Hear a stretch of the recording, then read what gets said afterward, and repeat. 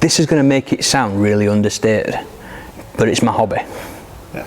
You know, that sounds like it's not important, but it's the thing I do that's not family commitments, it's not work commitments, it's not my mortgage, it's not my, you know, my car insurance, it's not the things I have to do to provide for everybody else, it's the thing I've got for me, you know. And there might be some times, you know, where I only get training once a week, but I'll make that one count, you know. It's that thing where I can step away from everything else and say, right, do you know what, I've had a bad day, I'll jump on here, these guys will help me out, they'll give me a good hiding, I'll feel better. And that's it, that really is it. It's as simple as that, it's my hobby and I love it.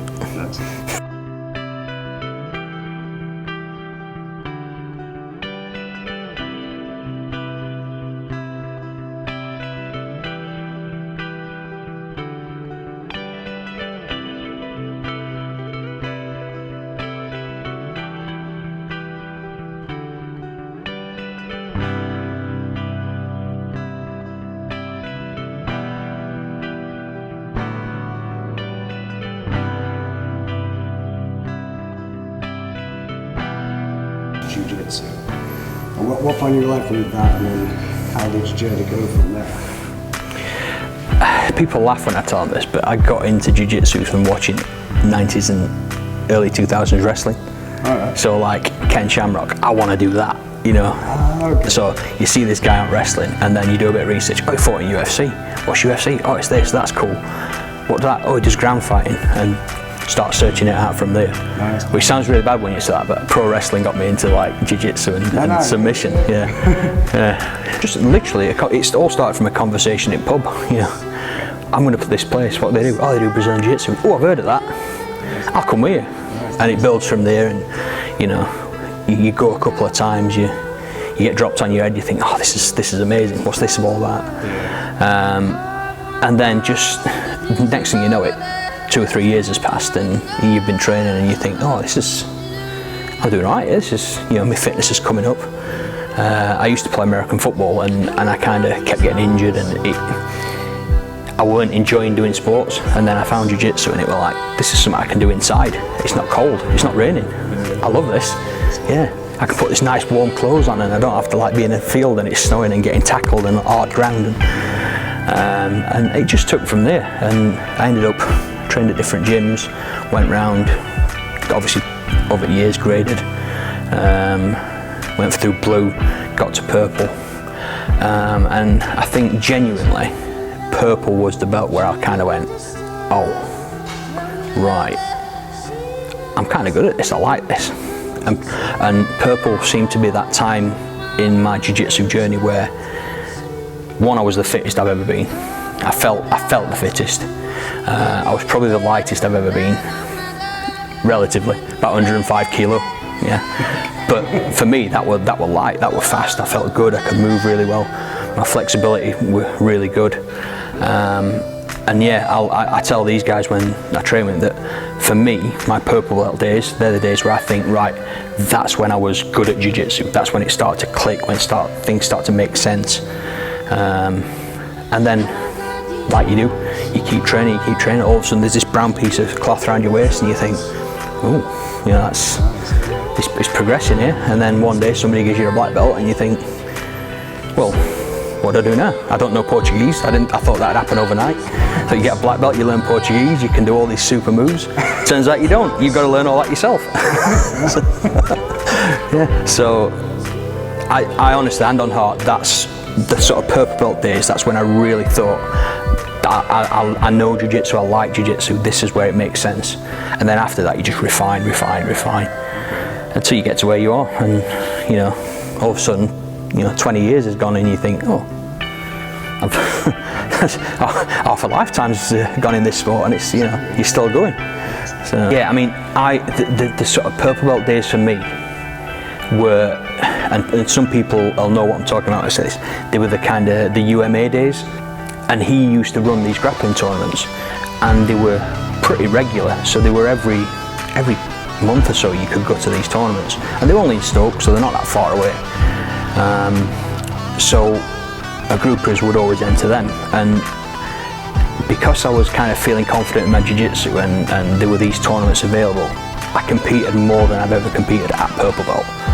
So that's the time when I really I tested myself.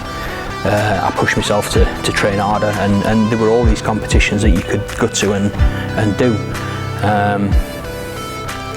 There weren't as many as there are now, so you've got all your regional tournaments. There's some every weekend really now, but back then they were only really them within a reasonable distance of Sheffield, so we'd all go and do them, you know, and it built a lot of confidence in what we're doing. You know, you win, you lose, but you walk away and you go, right, that didn't work, this did, right, next time you go, that still didn't work, right, I need to change that really quickly. And that's just how you progress, you know. I know it's a bit of a cliche, but you learn a lot more from losing than you do from winning. So it's, yeah, those kind of, I don't know, rosy tinted glasses, but you know, they were fun. We were all young enough to go and compete. There weren't the work conditions. My kids weren't that old. I could go off and do what I wanted, and then, you know, life says, whoa, hang on a minute, mate, you've got responsibilities as well. So yeah, that were good times. I enjoyed my purple belt days. Stop avoiding guard, learn to play in guard. That would seriously be my advice to my younger self.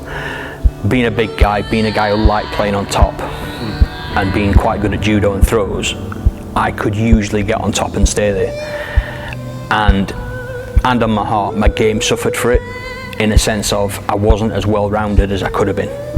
And I've had to work really hard, sort of mid-brown belt to black belt, to kind of bring up that area of my game. And you know, I feel now that my guard playing, it's nowhere near being exceptional. It's not my go-to game, but it's definitely improved, and it's definitely something I'm more comfortable with.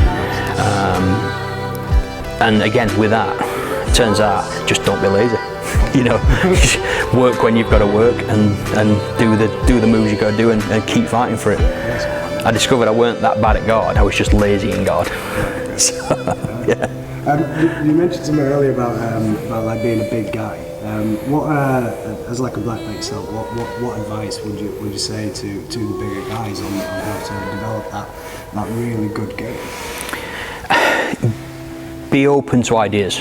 I will hold my hand up and said I've dismissed parts of jiu-jitsu because it were a small man's game, you know, and I've neglected it to the point where I was like, actually everybody's getting better at this now, and then you've got to work twice as hard to catch up. So yeah, practice the stuff, even if you don't think it's for you.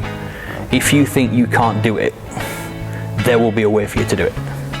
I'm not somebody who does triangles on a regular basis. I've got 28-inch thighs, and they're about 28 inches long. They're as wide as they are tall. So if I get a triangle, your head's probably falling off. But I understand what makes a triangle work. I understand how the pressure comes on. So I can apply that pressure in a different way, in a slightly different mechanical advantage with my legs, but it's not a picture perfect triangle. The effect's the same, but I have to do it in a different way. So being open to the whole game of jiu-jitsu and work on your weaknesses, they're the things that really are going to improve anybody's game. It's horrible, it's hard, nobody wants to do it, but that's why it's good for you. I was genuinely stubborn. Not in a sense of kind of like I needed to get everything right, but it was more a case of I've put this time aside, I'm going to use it. You know, I've said I'm going to train Monday, Tuesday, Wednesday. I'm going to train Monday, Tuesday, Wednesday because I've said that's what I'm going to do. And it's easy to do that when you haven't got kids, your mortgages don't exist, or you know you've got very few responsibilities. I certainly can't do that now. You know, my week now is what can I train? You know how many sessions can I get in this week? If I can't train as many times as I want, what else can I do? Can I go to the gym? Can I lift? Can I do other bits in between?